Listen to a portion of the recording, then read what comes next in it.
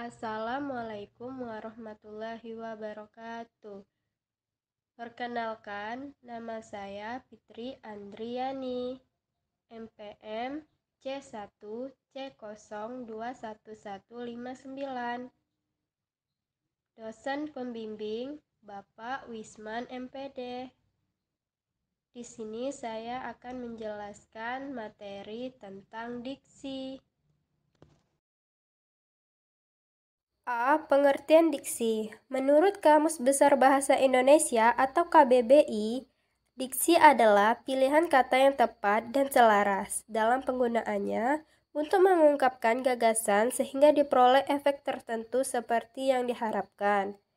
Adapun diksi menurut para ahli, yang pertama, diksi adalah pilihan kata dan kejelasan lafal untuk memperoleh efek tertentu dalam berbicara di depan umum atau dalam mengarang. Yang kedua, diksi adalah pilihan kata atau mengenai pengertian kata-kata mana yang digunakan untuk menyampaikan suatu gagasan, pengungkapan yang tepat, dan gaya penyampaian kata yang lebih baik sesuai situasi. B. Pengertian makna konotatif dan denotatif. Menurut Kamus Besar Bahasa Indonesia atau KBBI, makna konotatif adalah tentang kata, mempunyai makna tautan atau mengandung konotasi. Sementara konotasi adalah tautan pikiran yang menimbulkan nilai rasa pada seseorang ketika berhadapan dengan sebuah kata. Sementara itu, makna denotatif dalam Kamus Besar Bahasa Indonesia adalah berkaitan dengan denotasi. Denotasi adalah makna kata atau kelompok kata yang didasarkan atas penunjukan yang lugas pada sesuatu di luar bahasa atau yang didasarkan atas konvensi tertentu dan bersifat objektif. Ciri-ciri dan contoh makna konotatif dan denotatif. Ciri makna konotatif adalah yang pertama, makna konotatif terjadi apabila kata itu mempunyai nilai rasa, baik positif atau negatif. Jika tidak bernilai rasa, dapat juga disebut berkonotasi netral. Yang kedua, makna konotasi juga dapat berubah dari waktu ke waktu. Ciri-ciri makna denotatif adalah yang pertama, makna denotatif memiliki nama lain yaitu makna lugas karena sifatnya yang lugas atau literal. Yang kedua, makna denotatif biasanya merupakan hasil observasi dari panca indera yaitu penglihatan, penciuman, pendengaran, perasaan, atau pengalaman fisik lainnya. Adapun contoh kalimat dengan makna konotatif, yang pertama, banyak pahlawan yang telah gugur dalam medan perang. Tanda kutip gugur bermakna meninggal dunia. Yang kedua, setiap permasalahan sebaiknya diselesaikan dengan hati dingin. Tanda kutip, hati dingin bermakna sabar.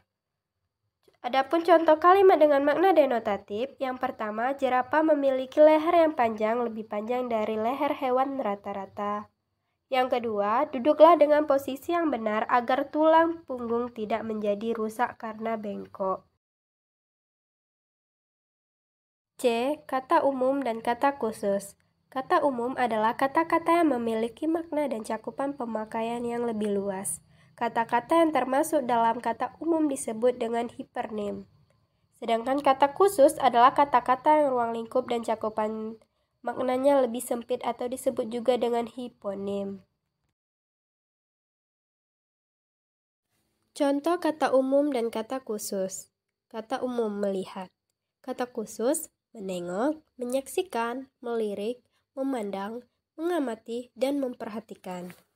Setiap kata umum dapat digunakan dalam setiap konteks penggunaan bahasa di dalam kalimat.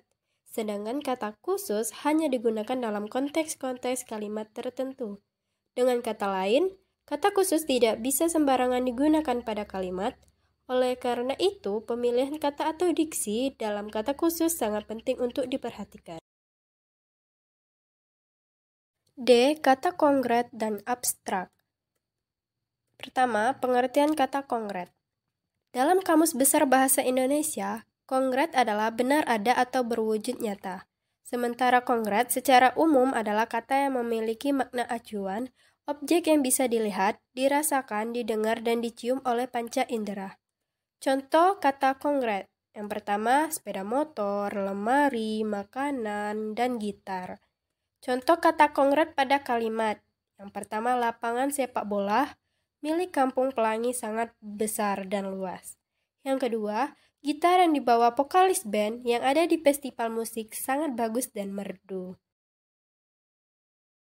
Yang kedua, pengertian kata abstrak. Menurut Kamus Besar Bahasa Indonesia, abstrak adalah tidak berwujud dan tidak berbentuk.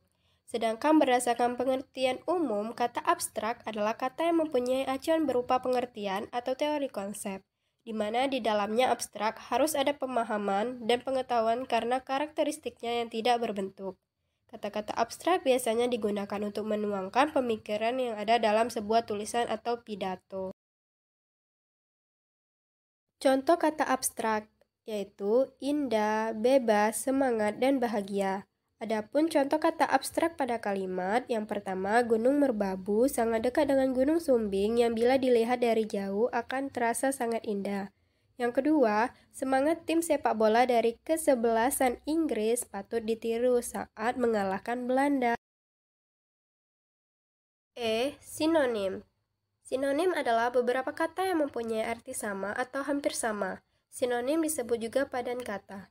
Sinonim adalah kata yang memiliki makna atau arti yang sama. Contoh kata sinonim misalnya, kredit, mencicil, berdusta, berbohong, rajin, giat, haus, dahaga, baju, pakaian, dan lain-lain. Sinonim adalah suatu kata yang memiliki bentuk yang berbeda, namun memiliki arti atau pengertian yang sama atau mirip. Sinonim bisa disebut juga dengan persamaan kata atau padanan kata. Pembentukan kata. Pembentukan kata disebut juga morfologi. Morfologi adalah subsistem yang berupa proses yang mengelola leksem atau huruf menjadi kata. Beberapa bagian dari pembentukan kata yakni yang pertama, afiks atau imbuhan, yang kedua, prefiks atau awalan, yang ketiga, sufiks atau akhiran, yang keempat, konfiks, dan yang kelima, kata turunan. Kesalahan pembentukan dan pemilihan kata. Yang pertama, penanggalan awalan meng. Penanggalan awalan meng pada judul berita dalam surat kabar diperbolehkan.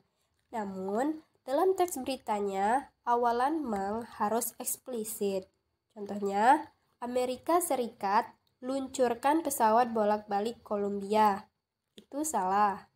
Sedangkan yang benar adalah Amerika Serikat meluncurkan pesawat bolak-balik Kolombia. 2. Penanggalan awalan ber. Kata-kata yang berawalan ber sering menanggalkan awalan ber. Padahal awalan ber harus dieksplisitkan secara jelas. Contohnya, pendapat saya beda dengan pendapatnya. Itu salah. Sedangkan yang benar adalah pendapat saya berbeda dengan pendapatnya. Ungkapan idiomatik. Yang pertama, pengertian ungkapan idiomatik. Ungkapan idiomatik adalah konstruksi yang khas pada suatu bahasa yang salah satu unsurnya tidak dapat dihilangkan atau diganti. Ungkapan yang bersifat idiomatik terdiri atas 2 atau 3 kata yang dapat memperkuat diksi di dalam tulisan. 2. Contoh pemakaian ungkapan idiomatik. Menteri Dalam Negeri bertemu Presiden Susilo Bambang Yudhoyono. Itu salah. Sedangkan yang benar adalah Menteri Dalam Negeri bertemu dengan Presiden Susilo Bambang Yudhoyono. 3. Ungkapan idiomatik lain yang perlu diperhatikan ialah ada pasangan yang tidak tepat dan pasangan yang tepat. Pasangan yang tidak tepat itu ada beberapa. Yang pertama, terdiri. Yang kedua, disebabkan karena. Yang ketiga, membicarakan tentang. Yang keempat, tergantung kepada. Yang kelima, baik, ataupun. Yang keenam, antara, dengan. Pasangan yang tepatnya adalah yang pertama, terdiri atas atau terdiri dari. Yang kedua, disebabkan oleh. Yang ketiga, berbicara tentang. Yang keempat, bergantung pada. Yang kelima, baik titik-titik maupun. Dan yang keenam adalah antara titik-titik dan. Baiklah, itulah penjelasan dari saya. Apabila ada salah kata, saya mohon maaf ya. Terima kasih. Wassalamualaikum warahmatullahi wabarakatuh.